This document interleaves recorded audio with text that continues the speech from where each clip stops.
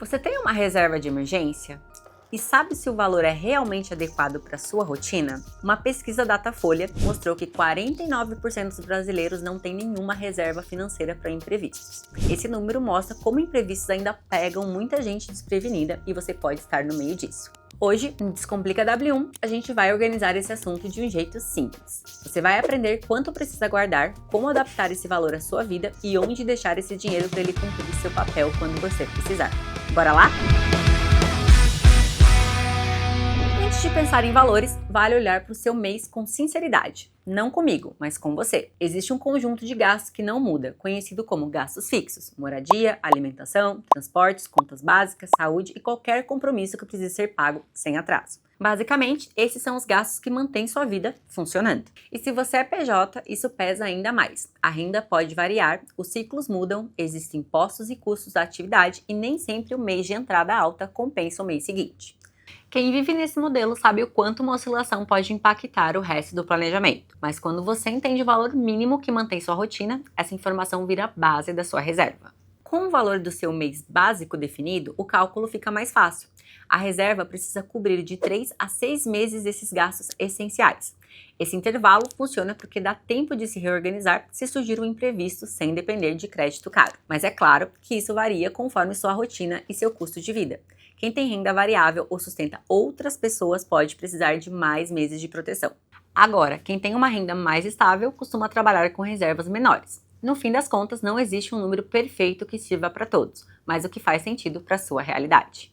Bom, depois de escolher por quantos meses você quer se proteger, é só fazer uma multiplicação pelo seu custo básico e esse é o tamanho que você precisa para a sua reserva. Por exemplo, se você tem uma renda mensal de 20 mil, com gastos em torno de 15 mil e quer se proteger por 3 meses, o ideal é ter pelo menos 45 mil guardado.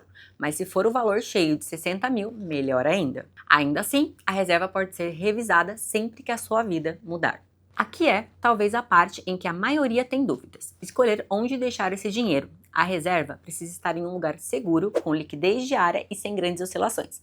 Até porque você precisa ter acesso rápido se algo acontecer. Por exemplo, Tesouro Selic, alguns CDBs de liquidez diárias e fundos de renda fixa simples que seguem a taxa básica costumam cumprir bem esse papel, porque eles não oscilam de forma brusca e ainda permitem resgate rápido. E olha só, evite deixar a reserva em investimentos que mudam de preço no curto prazo. A reserva não é o dinheiro para buscar grandes retornos, mas para proteger a sua rotina de qualquer imprevisto. Afinal, segurança e acesso rápido importam mais do que rentabilidade, certo? Também vale separar esse valor do restante do seu dinheiro, até porque quando tudo fica misturado, você perde a noção do quanto realmente tem reservado, e aí pode acabar gastando o dinheiro pensando que vai repor depois.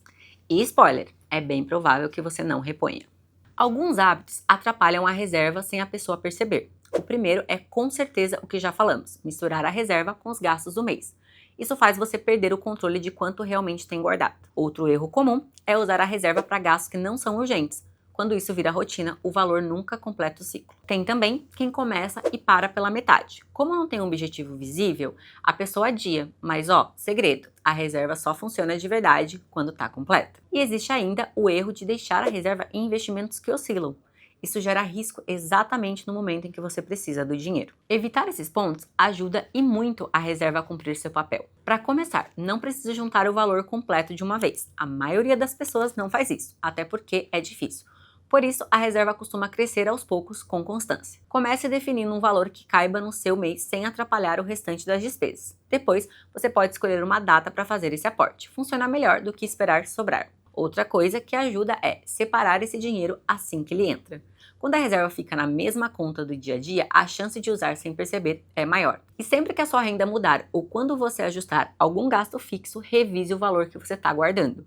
A reserva acompanha as mudanças da sua vida. Com o tempo, essa construção vira hábito. Bom, esse foi mais um episódio do Descomplica W1. Se você gostou, deixe seu like e ative o sininho. Até o próximo vídeo.